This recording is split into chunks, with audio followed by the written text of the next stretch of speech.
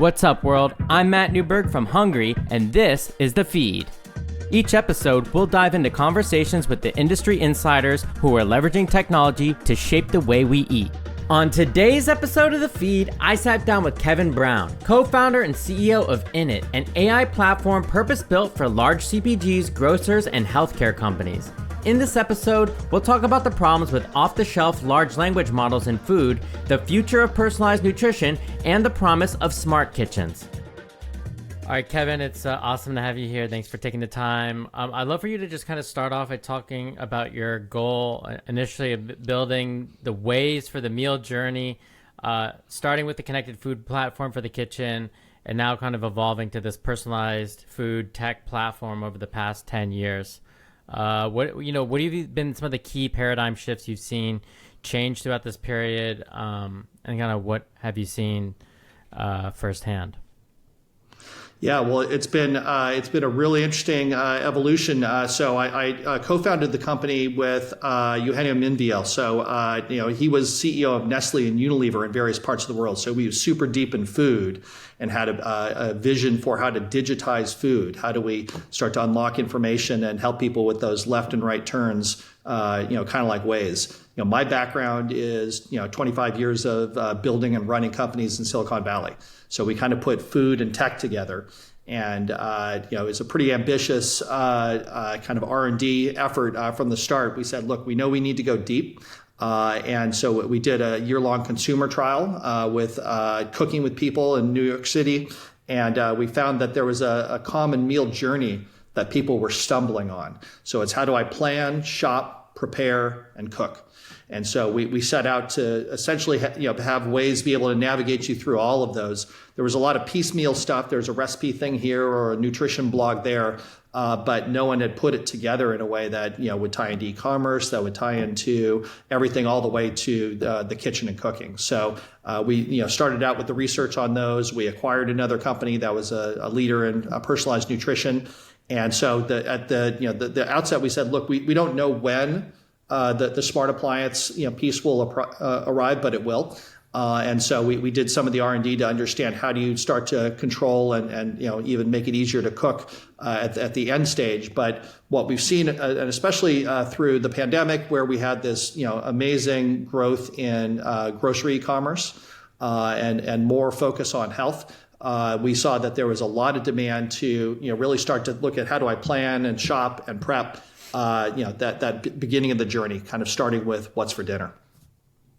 And this is all from the beginning. This was an AI-driven company, correct? That's right. So I'm a longtime Silicon Valley person. We were working with AI a long time ago, and so 2014 when we started the company, we were building some of the original computer vision models for the food industry, and so we demonstrated those and did a lot of testing. We ended up helping Google Lens, so we worked with them to run the food pilots. So PepsiCo, Nestle, Mars, some of their big clients, they want to be able to use the Lens visual search, computer vision. So we helped with some of the training, because cherry Chobani looks a lot like strawberry Chobani. And there's a lot of nuance to it. But then the question is, well, okay, now I recognize what product it is. Now what? And so what we brought was personalized nutrition that could calculate a score for the product. We could show you other products from their product line if you're trying to go dairy free, or if you're low sodium, or if you have an allergy, being able to then find the right product. And then ultimately, here's recipes, here's coupons, here's all of the kind of the 360-degree experience around food. And so that's really where we've specialized, is going deep on all the data, all of the structures around the different types of food. I'll give you an example. If you have a corn allergy, there's over 300 different chemical names that mean corn. So it's, unless you have a PhD in chemistry, good luck looking at your food labels and really knowing what's in it. Right, a lot of oils. So that, a lot of different things, and there's even a lot of lies. So it won't tell you that it has sugar. It'll say evaporated cane juice. So there's a lot of things to decode. And so for us, that was one of the big things is, the name of our company is Innit, like what's in it. And what's in it for me, what's in it for the planet. There are a lot of, sort of challenges around that. And so what we wanted to do is to really unlock that information and then translate it. So, this is where we were using a lot of that early logic. So we were building what we call computation engines that can calculate a personal nutrition score. They can calculate a meal plan. They can calculate a recipe. And then when you change one of the ingredients, automatically adapt the recipe so that you're cooking it in the right order. So there's a bunch of these sort of expert systems that we were building, and we've been integrating them into large retailers, food brands, to power their e-commerce and other services. But what's really exciting now, and we've been kind of working with these different generations of AI, with the introduction of generative AI, it's kind of the ultimate personalization engine. For coming up creatively with content and answers, but it's missing some things, and sometimes it can give you the wrong answers. So that's where we put a lot of effort into kind of building those safety rails around it. Awesome. Very eager to dive in. Before we do, if we can just take a step back and give us the full B2B pitch of Innit and its products and services, and then maybe give us a case study that you're able to share around some of the the big names that you've worked with. So some of them are like Walmart, Carrefour, Nestle, Mars, PepsiCo. Really curious how this is showing up in the real world. Yeah, absolutely. So we started out with looking at this at the intersection of food and health. So how do we really start to have that seamless assistance every day to make better food choices, to live and eat better, right? And so for us that was the big piece of it. And so we started working with a number of the companies in the food industry, and we realized that it was important to meet consumers where they are. So if they're shopping for groceries at that moment and they're trying to navigate all this complex dietary and nutrition and allergies and so forth, it would be most helpful to meet them there and help them. So we came to the conclusion that we could have the biggest impact by working with the companies that were sort of directly interfacing to people with their food. So that was so working with grocery retailers, working with brands that were connecting to them. All of that. I'll give you an interesting case study. So the people in the food industry are starting to care more about health. If you look at the U.S., more than 50% of adults have at least one chronic disease, most of which are diet related. So there's just a tremendous need for better eating, for better or help to get there. But it's interesting because the health industry is also now, realizing that food is one of the keys to better outcomes. And so one of the big projects we've worked on that we're really proud of is with Roche Diabetes. So, they sell insulin, they sell glucometers, they're in the kind of the pharmaceutical medical business. But what they realized is that for type 2 diabetes in particular, the food is really the central thing that, people need help managing. And so they came to us and we built, 100% of that platform for them. So, we've got now a diabetes specific score that if you scan a product or if it's, you're doing your shopping, it can find the right yogurt that's a match with your diet and allergies and so forth. And even lifestyles, maybe you're dairy free, maybe you're paleo pescatarian. How do we work around all of those kind of factors? And so we now have over 200,000 patients that have come through that program, and essentially, gone deep on making sure that the health piece is valid. So we have a science committee. The head of our science committee is Julio Frank. He was the dean of the Harvard School of Public Health. Before that, he was the health minister of Mexico. So, really, serious firepower when it comes to the scientific and medical, inputs. And so we work very closely with that science committee to bring all of the latest research and to vet the algorithms that we're building. And so whether that's going into something like Roche, or whether that's coming into a food industry type of use case, like with PepsiCo and Mars and Nestle, where we were sort of bringing that nutrition as part of the experience. Fascinating. So yeah, I'd love to dig into like the personalized nutrition aspect. So, and this is something I've done myself. Before Levels even came out,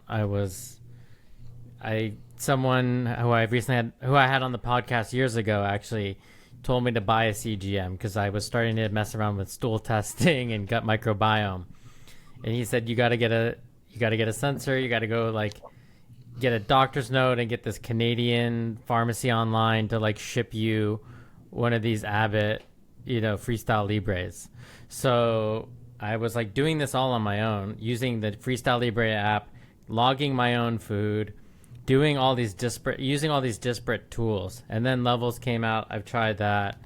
I followed a couple other companies that have been trying to do stuff in this space. So I'm definitely very passionate about it. If people ask me what I'm most excited about in food tech, it's definitely this, because I feel like the pieces are all there, but there's very few solutions that are tightly integrated. So I'd love to hear a little bit more about like what you can share on the sensor side, what data you're capturing, and then kind of how it all comes together to form a recommendation that's informed. Well, that's really interesting. Yeah, you're kind of a pioneer there, sort of putting the pieces together. So with Roche, for example, one of the things that we did is we integrated their glucometers. So now in the same interface, you can have reports of what do your trends look like, what does all that look like, and then the next tab over, you've got meals that can help you get closer to your goals. And so I think that is the future. The big change. So CGMs are an incredible sort of step forward. Your Apple Watch, sort of 9.0 or whatever, is going to read your blood sugar with no stick.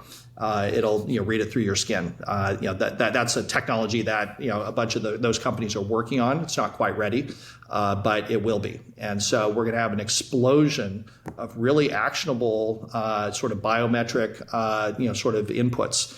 And so we've been talking to those companies.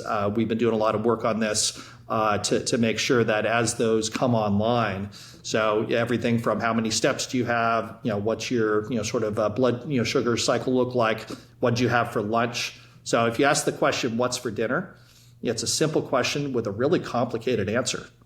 To get the optimal answer, you need to know what are my diets, what are my health, and even now down to what's my body doing to recommend. And maybe it's kind of gamified where hey, you got 3,000 more steps to unlock the lasagna. But there's going to be an interplay between your activity, your biomarkers, and sort of that real-time recommendation. What's interesting to us is that the consumer experience for all this in the next few years could really change a lot. So if you can just ask your AI and say, hey, what should I eat right now? And it's crunching and calculating, and it knows that your son has a peanut allergy. It knows that you're trying to follow a paleo diet. Whatever the parameters are, a generative AI does a pretty good job of creatively coming up with something. And then what we'll talk a little bit more about is how do you turn that into actionable, trusted AI? But if you can do that, then people will increasingly hand off that cognitive load to the AI, and they'll just say, "Hey, make our meal plan, buy the groceries, alert me when I should start cooking." And it's sort of like when we used to drive with paper maps, it was pretty stressful. And you get lost, and you had to look up on the grid where the street is. It was kind of hard. With GPS and Waze, it got really seamless, and people that were scared to go somewhere new all of a sudden had confidence. So the same thing we believe is going to happen with food and with eating, but it has to be reliable. It can't drive you off the road. So that's where we've been working to build all of the pieces that can really personalize deeply. Because if you're going to have it buy $150 worth of groceries, it better be right. It better have a lot of sort of trust to it that you can then do it again and again. Fascinating. So what are the the patients that have opted into this, I guess it's like is it a clinical trial or is it something else? Is it? So the way they did it was very interesting. They made it open, so they didn't charge for it. They're getting paid a lot by those patients for other things, but this is now kind of a consumer experience that wraps around the whole program. So instead of just having them be your pharmaceutical, now they're your guide, and it's sort of a companion. So we launched it first in France. It was called Phil. And it was sort of your nutritionist, your sort of meal planner helper that was there with you every day. And for a lot of people that are dealing with some of these dietary and chronic disease issues, it's pretty lonely. Not everyone understands what you're going through. It's hard to get help sometimes. It's sometimes confusing, and so that's where we feel really good about helping out, helping those people every day. Got it. Okay, so Roche is using your APIs to basically build this consumer-facing experience, and I'm assuming that the patients are logging their meals actively and feeding that data back to you. Like, what are you kind of capturing here? Yeah, this one's pretty interesting because not only did we provide all the APIs, all the backend, all the SaaS infrastructure, but we also built the front end for them. We actually have quite a bit of experience building consumer-facing, high-end stuff, and so we built the entire sort of stack for them and operate it for them. So they didn't have all the tech capacity to build a system like that. So, in this case, we're obviously very, sort of thoughtful about, data regulations, about, privacy and all those. So, we work very hard to collect only the things that we need. And then, we keep those private with our different clients. Very interesting. And then integrating with the shopping component, what does that look like overseas? Like as far as what's available? Like here in the U.S., we have affiliate programs with Instacart that would make it really easy to build a personalized cart using this data from Innit and Roche. But what would that look like overseas? Well, it's not too dissimilar in terms of the motivations, in terms of the problems that people are trying to solve. It's just that there's different players. So the U.S. is a little bit more advanced in terms of the data infrastructure for APIs and having open programs that you can tie into, et cetera. So we've worked with some of those. We know, and we're talking to a lot of those big delivery and large retailer players that are sort of getting food to people every day. And so depending on where we are, we use the available APIs or resources. But if we're working with a retailer, they may not want to send it to a different delivery provider. They may have their own click and collect or delivery options. So it's really kind of based on the situation. But what we're seeing is that there's more and more openness to letting people add to cart.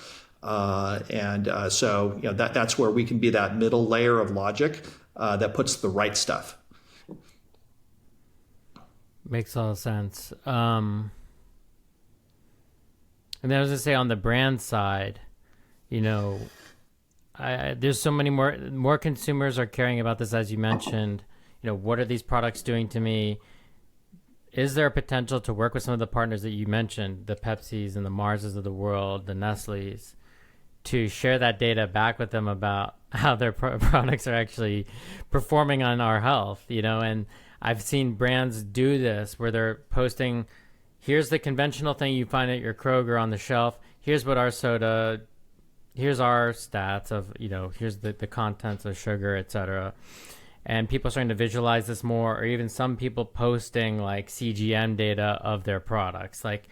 How do you think that side of this evolves, and what's the appetite there on the brand side, or do they hate this idea?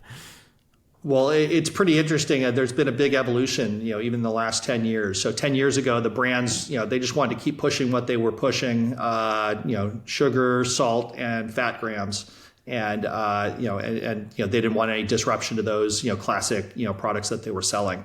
The consumer demand has grown quite a bit for better options. And so what has happened is that that they know the game's up, right? The food manufacturers, they know that customers really care, they really demand, and they've responded by buying companies. So if you look at these giant food corporations, they've got their classic brands that you've been buying for 50 years, but then they've been buying essentially the whole spectrum all the way up to the plant-based, sustainably farmed, low sodium version of something. And so that's where now they have a different incentive. And because some of these are actually even higher margin, higher kind of tailored products. If you want to keep buying the old one, they want to keep selling it to you. If you want to move to maybe a different diet or lifestyle or health, they now have a product for that. They have a whole portfolio of those products. And so that's one of the things that we are starting to do is to say, hey, here's a product, let's look at this product, and here's another one that might even be a better fit. So this is where the scoring, so whether we show you a 0 to 100 score or whether we are using that to sort and to rank and to recommend, it's important to be able to weigh different things. It might be that a certain product has much fewer preservatives, is much healthier, it's got better vitamins and so forth, but it's a little higher in sodium. So for one person, that might be a much better product, but for someone who has hypertension, maybe the sodium is really the thing that they have to manage, and they would choose a different one. So this is where personalization really comes in, and is important. And it needs to be able to take into account the complexity of kind of real world diets. So we need to be able to calculate and to weigh off these different factors. So it might have some benefits, some things that aren't as good. And how do you choose from 170 yogurts that are on the shelf? What's the right one for me? Right. And so that's where a typical grocery store has 30,000 SKUs. Right, it's an overwhelming number of products, and they're niched out. So sometimes there is the product that's for you, for your paleo pescatarian diet. You're trying to cut down on sodium and eat more responsibly. And so there's a product for you. How do we sort of remove the cognitive load and the complexity of finding it? How do we automatically put that in your cart? When you say that you want to make tandoori chicken with a yogurt sauce, what's the right yogurt that should go into that? So you recently launched this new product, FoodLM, the first generative AI that is purpose built for cooking, nutrition, personalized shopping. So we've talked about the nutrition side. We haven't talked as much about the cooking, and maybe a little bit more, a little bit less on the shopping, but how is this kind of the evolution of what you've done over the last decade, and then kind of how do you fit into the broader AI landscape when we look at all these other different LLMs that are out there? I can't name them all, but I'm sure you are very familiar. We can name a few. So I'll give a little background on that. So during this whole time, we've been building these computation engines that are really the automated nutritionist, or the automated meal planner, or the automated chef that's putting together the steps for your meal. So and we've been integrating them into the existing systems, the earlier generations of AI, et cetera. So when we got a hold of the new generations of LLMs, we were blown away like everyone else. I've been building tech for all these years, and it really is a huge wave that's coming. First there was the web, then there was mobile. This is going to change the way that people interface to computer services, and it's going to personalize it in a much more profound way. So that's awesome. But that's the good side. The bad side is that LLMs are really not good at all at doing things like calculations. They're great at pattern matching, but they're not very good at sort of doing a complex algorithm. But that's what expert systems like ours do. And so what we did is we put those together, and we said, let's unlock all the creativity and the personalization and the expressiveness of the large language models. And we said, we're not going to reinvent that wheel. We're going to work with the big ones. So we've integrated into a number of the large models that are coming out. And there's a race there of which features are coming in, which one of them. And so we built a layer that essentially is in a feedback loop. It's an automated feedback loop that we put our computational engines, we call them validators. And so now you let the LLM go and come up with your cowboy themed, meal plan for your kid's birthday party. And it goes through and does all of the creative stuff. But if little Jimmy has a peanut allergy and you're trying to make sure that there's healthy snacks for the kids, there's all these constraints that people have in terms of how they want to eat, and so it can do that. But then we're validating and making sure that all of those very particular and sometimes very important factors are factored in and calculated before it goes back to the consumer. So you're kind of getting the best of both worlds: the expressiveness of the LLM, that flexibility, and we're doing multimodal. So it's text, it's images, soon it'll be video. So it's going to be a really rich, personalized experience, and every recipe will be personalized to you. So this is some of the stuff that we're doing now with the platform, where we can generate recipes, including the recipe itself and the images, and essentially have it tailored to a very specific audience, or a very down to a single person. So if you hate cilantro, when you see the recipe image for the tacos, it's the cilantro is left off. And so, this is going to be the future of where this goes in terms of how do people buy food, how do they get inspired, how do these systems personalize for them. So that's what we've been building, is to enable every company in the food industry and the health industry that's trying to be there and help you with eating, to have what we call trusted AI. To provide those safety rails so that you can more easily adopt and get out to your customers. And the customer behavior is changing, right? So you look at OpenAI as the fastest growing software platform ever. 0 to 100 million users in months, and so that's already changing search behaviors. So we're friends with the folks at Google and Microsoft, and we're talking to them, and their queries are changing. People are starting to move from just keywords where you type, try to pick the right keywords. They're giving open-ended prompts now that say, "Give me healthy lunch ideas for kids." Now we looked at one of those that came back, and it said, healthy lunch ideas, peanut-free, low sodium. The first thing that came back was lettuce wraps with peanut sauce. So there's a big gap in terms of if you just use a raw LLM, in terms of the nutrition factors, but also in terms of the recipe, because it'll pattern match and get something that sort of looks reasonable. But if you actually try to cook it, it's all in the wrong order. It has you cook the salmon, and then the salmon's getting cold while you're finishing the green beans. So there's a lot of things that it doesn't quite get right. And so that's where we put a lot of work into now being able to train and use these expert systems to get a much more reliable outcome.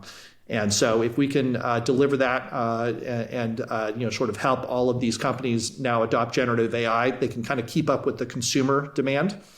They can unlock new capabilities. So even just like something like making recipes, right? So we used to pay $500 to $1,000 per plate to come up with a recipe. You have the chefs that they cook it. You have to buy the chicken. Then you have food stylists. Then you have a lighting crew. It's a big production, and it takes a long time. And so now we're able to essentially tailor that will be able to happen every time an image is shown, right? But for now, we can come in with these companies that they were bottlenecked. They could only make several hundred recipes per year. That was their budget, and now we can 10x that. And we can have it, now, you want to make the Christmas versions of some of these. You want to make a paleo, variant of these recipes, so you have a new paleo channel. Whatever it is that, is important in terms of their customer base, we can now, radically lower the cost and radically increase the velocity. And you don't need an expert system. You don't need a chef. You can basically type in the prompt and give it some of the constraints, and then our engines kick in to help generate that. So I think there's going to be a pretty big revolution in the types of recipes and food and recommendations that you see. Wow, a lot of questions. I guess, You mentioned photos and videos. Is that going to be like a mid-journey rendering of a N of one recipe for a consumer, or and just save money on the production costs, like you were mentioning around a food stylist, or is this something else? Well, yeah, that's one very clear example with a cost savings driver that's more than 10x. So it's a kind of a big deal. And so yes, we're using those engines, but what our platform is doing is front ending that because we understand the structure of recipes. We have a food ontology with over 15,000 different types of foods. So think of dairy, cheese, blue, Roquefort. Think of the structure of foods and what can be substituted, what can be used in a recipe. We already have to handle all that to do shoppable recipes, to do e-commerce integrations. So we know how products and ingredients fit into recipes and how recipes fit into meal plans. There's all of these data elements that come together, and so that's really where we're enabling these new use cases and are able to drive the generative AI platforms, in an expert way. And so that's why we can, generate that, sort of that very personalized version of the recipe. And then there's a make it vegetarian button. You can click that and it'll redo it to make it plant-based. Wow. Fascinating. Lots of questions. But I guess, when you were talking about the safety rails, one of the things I was thinking about was when I saw the Whoop announcement that they were integrating OpenAI's ChatGPT, I cringed a little bit because I think that ChatGPT is a convincing liar that happens to be right sometimes. I've seen it perform miraculously well, and I've also seen where it doesn't perform so well, like you mentioned. The computational stuff, it cannot do basic math. It's better with creative ideas and synthesizing things. And I will admit that I use it sometimes to summarize my own articles so I can write my, email digests and sometimes. But, there needs to be this layer there, I believe. Like if you're asking this, there needs to be a trusted expert sort of middleman there for the health related questions that these people are going to be putting into their Whoop prompts. And I think there's going to be a lot of danger there, especially when it comes to food. I don't understand what integrating Whoop with OpenAI and having a food related question is going to return. I'm curious to see what that looks like. But I'm also very cautious. I'm very skeptical that that's going to actually be a net positive thing. So I guess, yeah. Yeah, so I think it's a great point, and we saw the same gap. There's all of this incredible new capability, but it's a tool. You have to understand when that tool is enough, and other tools that are needed to do a great job. And so that for us, we believe that this is actually an architecture that will play out across multiple verticals. Think of like sort of the beauty industry. People have allergies to makeup, right? There's all sorts of different examples of this, and going across many other industries. There's going to be the expert systems that are trusted today. How do we leverage those systems, that logic, those algorithms, that data? How do we leverage that better? And sometimes you can put it in as fine tuning or training and do a specially trained LLM, and that gets you part of the way. But if you need really deterministic calculations on, not more than this much sodium calculated across a meal or something, that you don't want to hand that to the LLM. It's not the right tool for that job. And that's where we think that the verticalized, services will be where a lot of the action is. That takes this, initial kind of magic that everyone's now, sort of looking at, but turns it into very, trustable, practical applications, and it is happening. I think it will happen. So then you're basically becoming, so the query starts by going to one of these other third-party LLMs that are much more vast.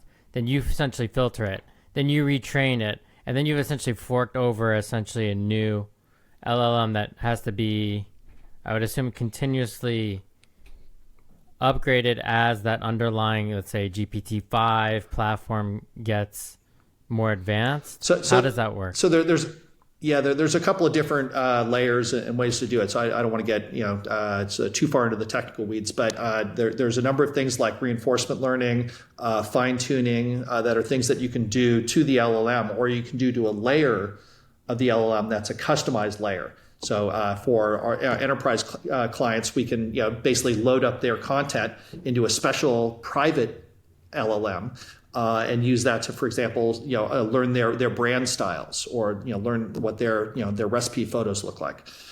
So there's going to be a private layer, and then there's the public foundation models that are out there, and then they just get better, GPT 5, 6, 7, et cetera.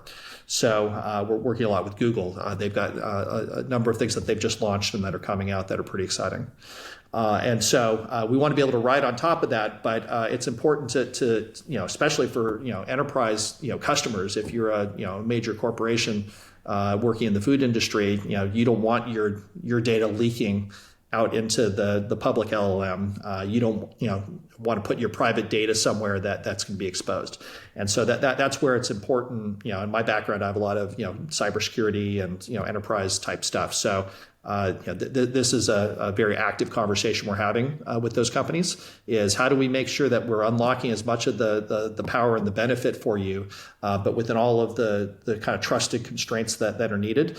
And so you'll see layers that evolve where a generic LLM will be able to then work with a trained set of things, which will then be filtered by validators that understand deterministically, is this a sort of does this ingredient mean corn? Got it. And you've talked a lot about like the recipe side of things, and I think it's pretty clear the inputs and outputs there. But if at a high level, if you can talk a little bit more about the cooking component, the shopping component of how you go and find these ingredients to go and cook this recipe, and making sure you can get all these things from a single retailer ideally, and then moving into the actual cooking component to get more consumers to cook at home and reducing that friction. How are you stepping up there?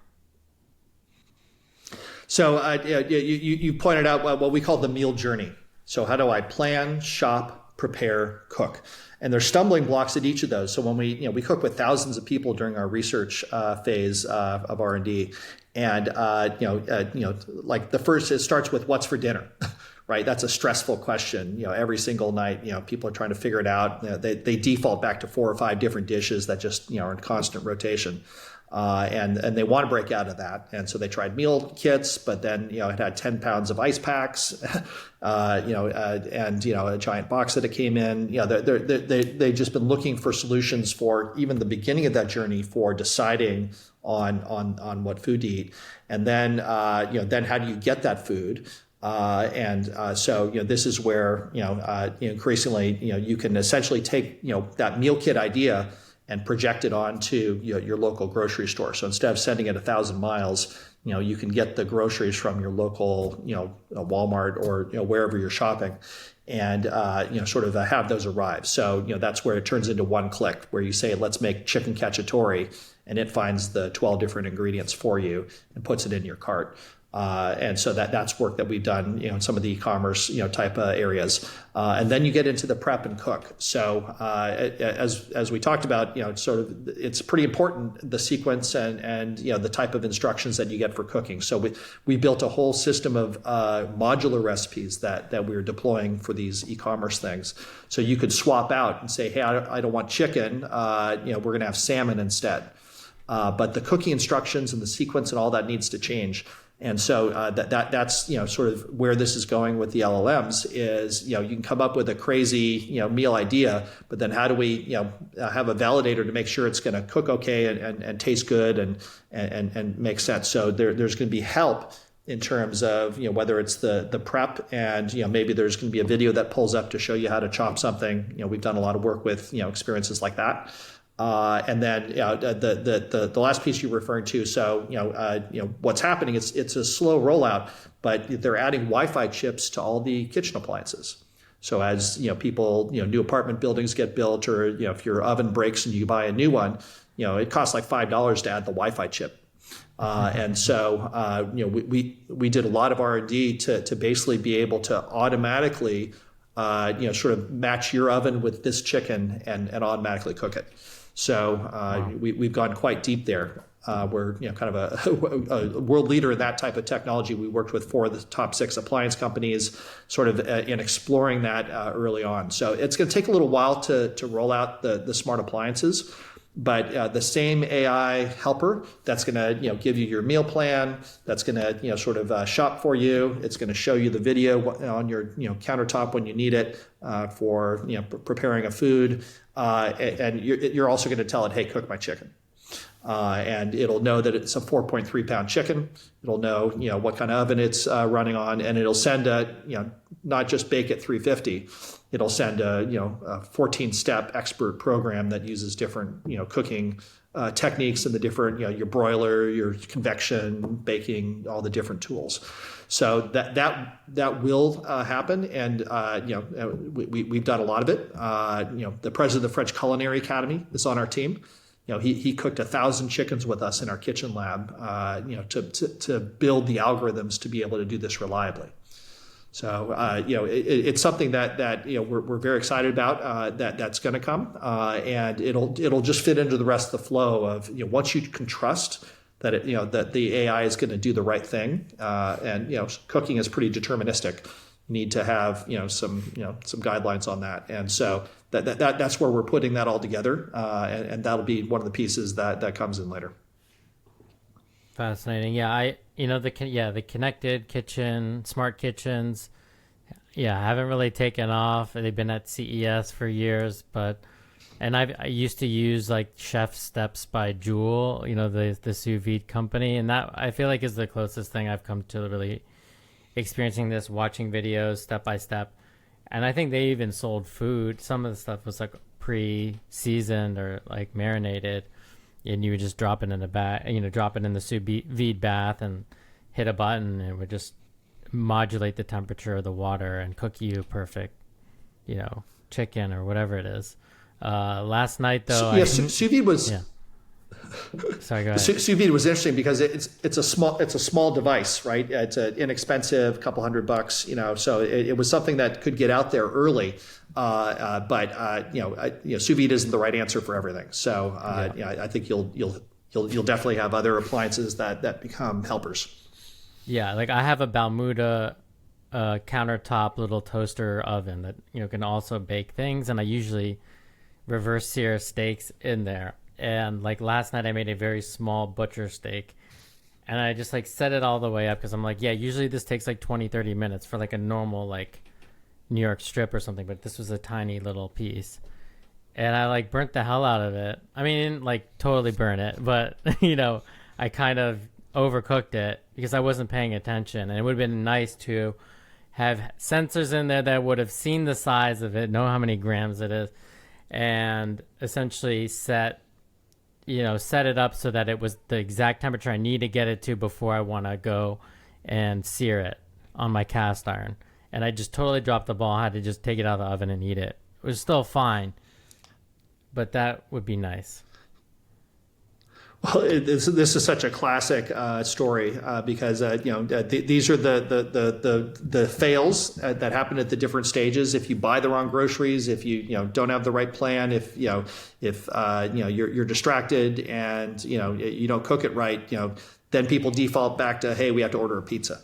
Or sort of whatever sort of less healthy thing they might have been doing, and so that's all part of our kind of that original vision is let's look at this whole consumer journey, really be customer centric, and think through each of those stumbling blocks that they're going to have. So if we can sort of reliably throw something into your toaster oven and it's going to do a really good job of preparing it for you automatically, well, then you probably will do that, and you can focus on other parts of the meal prep. It's not like robots are totally replacing you, but now you can pour wine for your guests, or you can make a little sauce on the side and not freak out that that you have to watch it like a hawk. and then people are opening the oven, it lets all the moisture and heat out. So but you need to get to a point of trust. So that's where a lot of these technologies, are asymptotically, approaching trust. And that once we have that, I think we'll see some pretty big changes because people spend 2-3 hours a week stressing out over what's for dinner. I have to run to the grocery store. We have soccer practice. How am I going to do this? It just people are really busy, and not everyone's a celebrity chef. So it's something where we look at that and we're very empathetic to that customer journey, and like, hey, how can we find those little pieces that go wrong or that are stressful, and really start to have something that knows you, because it's very knowable what kind of foods you like, what kind of things you buy, what do you probably still have in your fridge. All of these are data elements that can come together to come up with a great suggestion of like, hey, we know you probably have a half container of that chili paste left from the other recipe, and hey, here's a nice coconut curry. You just dump that in. It takes like 20 minutes, and now you didn't think of it, but we know you have coconut milk too. Yeah, I mean, people have already been talking about doing this with OpenAI already, so it makes sense that there's going to be something a little bit more fine-tuned that understands, my sleep data, my exercise data, my gut microbiome, my blood sugar, CGM data, or that profile from that test I did months ago, and just combine it all into a much more powerful recommendation. Yeah, you can go to a doctor, you have a special nutritionist that does it, but how do we democratize that? The billionaires have all of those consultants, standing around every day to help them. But how do we essentially sort of put that logic into the AIs that you're using every day, and be able to get that kind of help. And it makes a big difference when you're able to start to build things around your goals and have that feedback, and you feel better. So we think there's a big payoff. There's a huge payoff. If you look at the stats, so the global food industry is $9 trillion. The cost of the health impacts from poor eating are $11 trillion. So it's even larger than the global food market. And so there's a tremendous problem set that expresses in many different ways. And so we're optimistic that this new generation of tools, if people can start to trust them and use them, they can just every day steer them in maybe a little bit better direction, make a little bit better choices. And it's just too hard. If you're trying to cut down on sodium and you're buying 50 products in your shopping cart, are you going to go look at each one of them and compare, how do you cut sodium out of this one or that one? It's complicated, but this is what computers are good at. And so, this is where we can essentially have something that, every day is just with those little nudges, that little help acting as your assistant. Very interesting. And I think this is the case for, vertical integration. I think this is going to be so much easier if it's an Amazon that has the wearables, that has the grocery stores, that has the, one medical facilities, is able to do kind of everything end to end. Well, it's interesting to look at the tech giants, and they have different strategies and different focuses. Sometimes you have to follow the money. How do they make money? Are they an advertising company? Are they an e-commerce company? Services. So there's going to be different strategies and expressions there. But fortunately, we have good relations with a lot of them. And to the extent that the services happen through your tech platforms, great. Let's inject it there. If it's happening through, sort of, your food provider, or, eventually a restaurant, or, other, there's other places and touch points that you might have. And so how do we just make sure that there's always that, kind of help that, sort of makes it easier for you?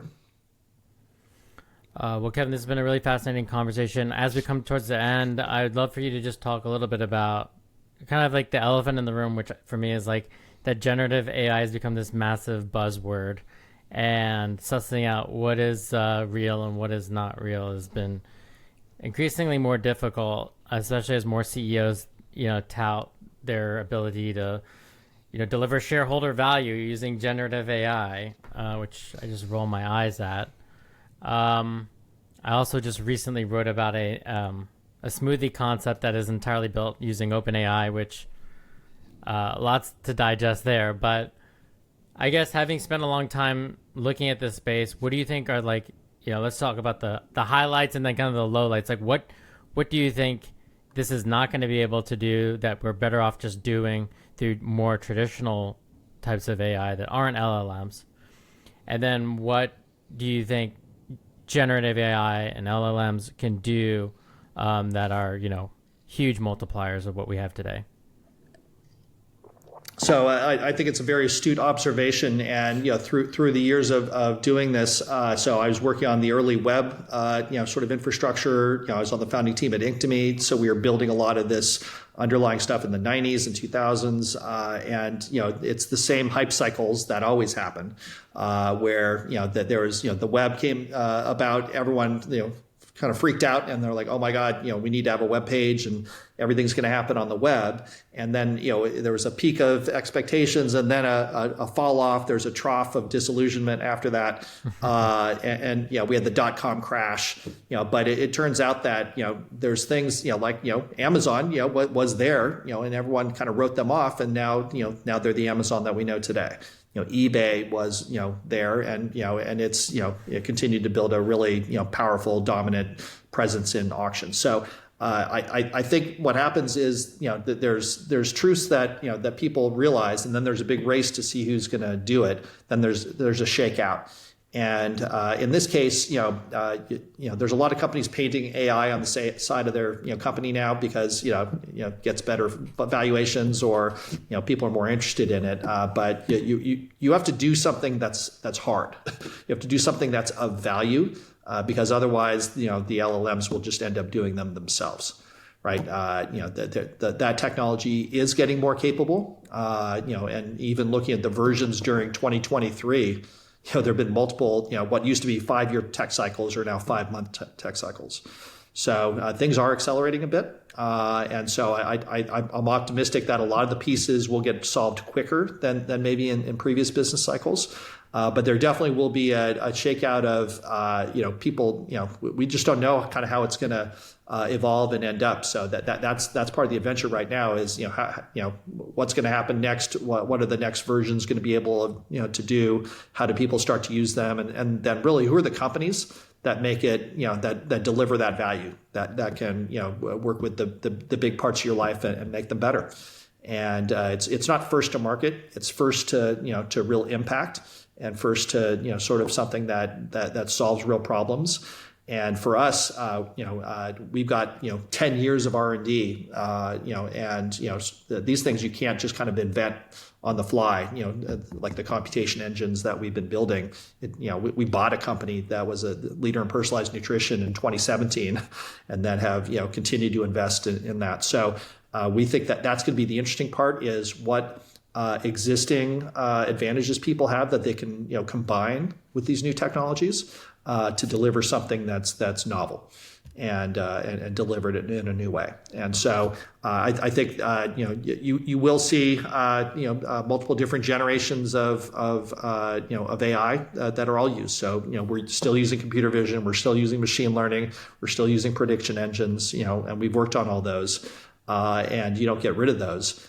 You just layer on new pieces of capabilities with the new tools. And so this is what the tech industry is actually quite good at, is rapidly taking these new Lego building blocks and having a lot of different permutations of how could they be put together, and then the market decides which one it wants to pay for.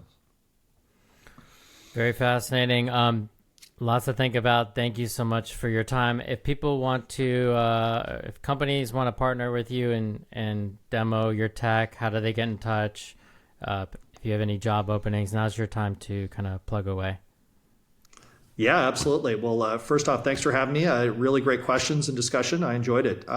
So you can come to innit.com. We're still using web pages. That's an easy place to be able to see some of the material and sort of a reach out for a demo. And so we really love having those discussions with the companies that are trying to bring better consumer experiences. So we are hiring. In particular, the hard to find generative AI talent. We've got a really strong team already, and we think we've got a mission that could be pretty exciting for a lot of people. So we'd love to hear from folks on that. Okay, great. Thanks again. And I'm waiting for the day that I have the automated toaster, the full end-to-end steak cooking experience from procurement to reverse sous videing it in my oven to searing it. I hope I can get that soon. I think so. Some of the pieces will take a little bit, but it's all coming. Awesome. Well, I'm going to follow along closely. Thank you very much. Thanks, Matt. Thanks for tuning in. If you like what you hear, please hit subscribe wherever you're listening to this podcast. And if you're curious to get a firsthand look at the cutting edge of food and tech, check out hungry.tv. That's Hungry with no U, where you can join in on live conversations like these or sign up for the free weekly newsletter.